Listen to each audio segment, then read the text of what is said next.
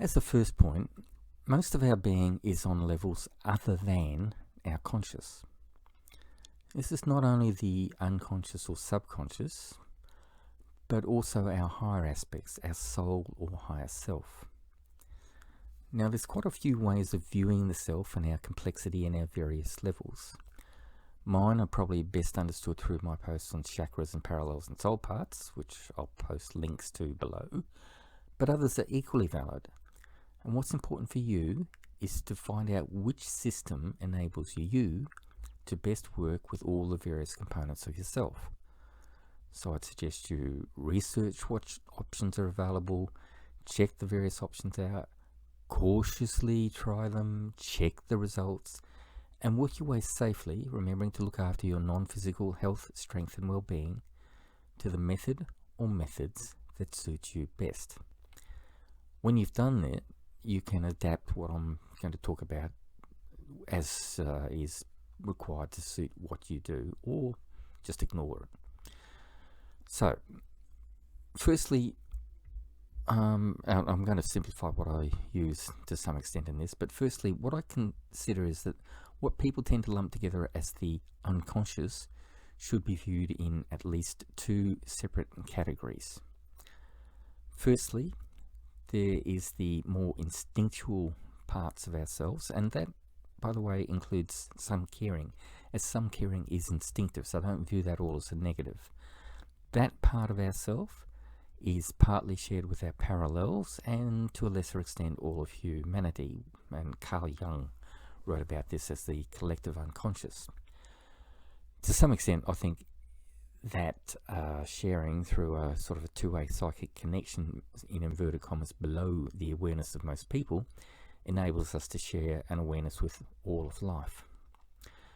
But that unconscious section also includes our repressed parts, those parts of our being that should really be worked on and incorporated, a little bit like the fierce deities in Tibet were incorporated into Buddhism as protector deities when Buddhism came there. The way that we work on those shadow aspects of ourselves is through things like shadow work, counseling, meditation, and a combination of other techniques.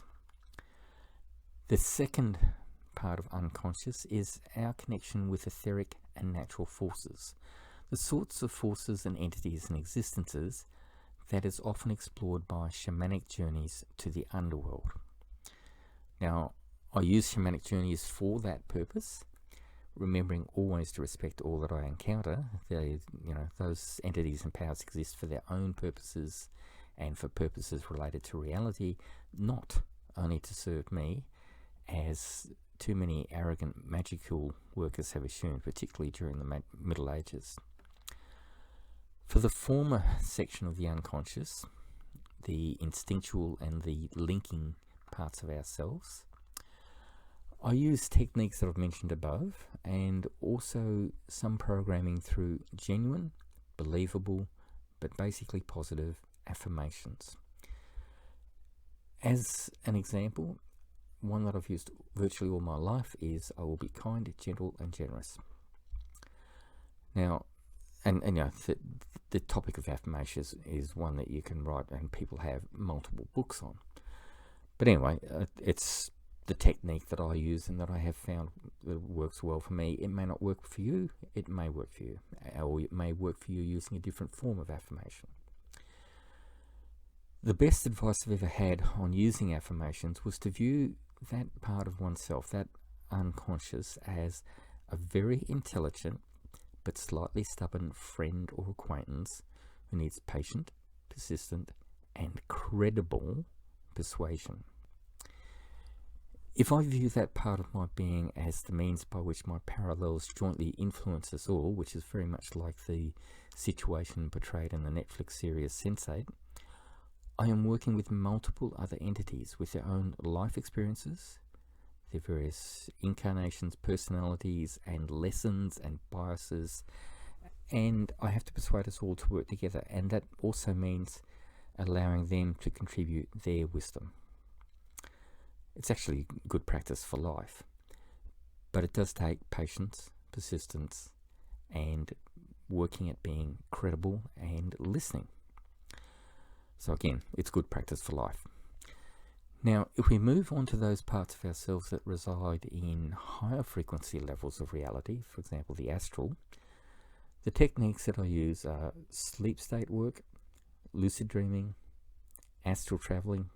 Incidentally, most people mean etheric travel when they use the term astral travel, but that's different. And meditation focused on communication with our BPM guides.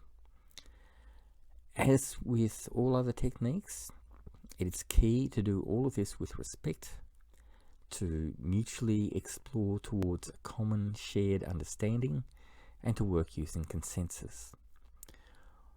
Also, several of these techniques can be used for other applications, but that's for each person to some extent to discover for themselves. In my case, I can use some of them for communicating with my higher self, which is the next part that I wanted to touch on.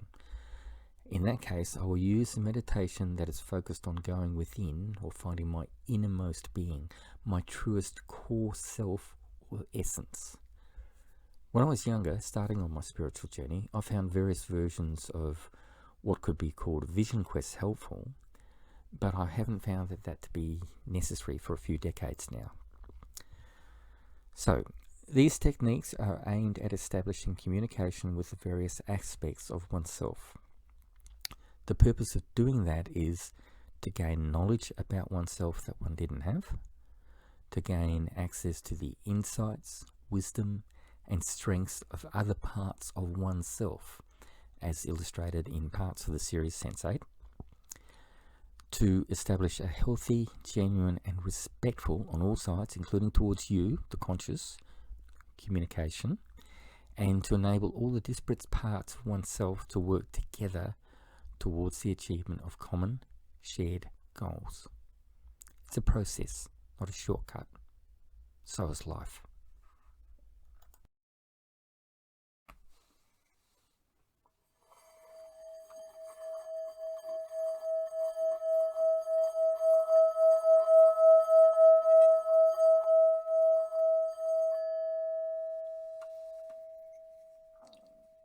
So mote it be.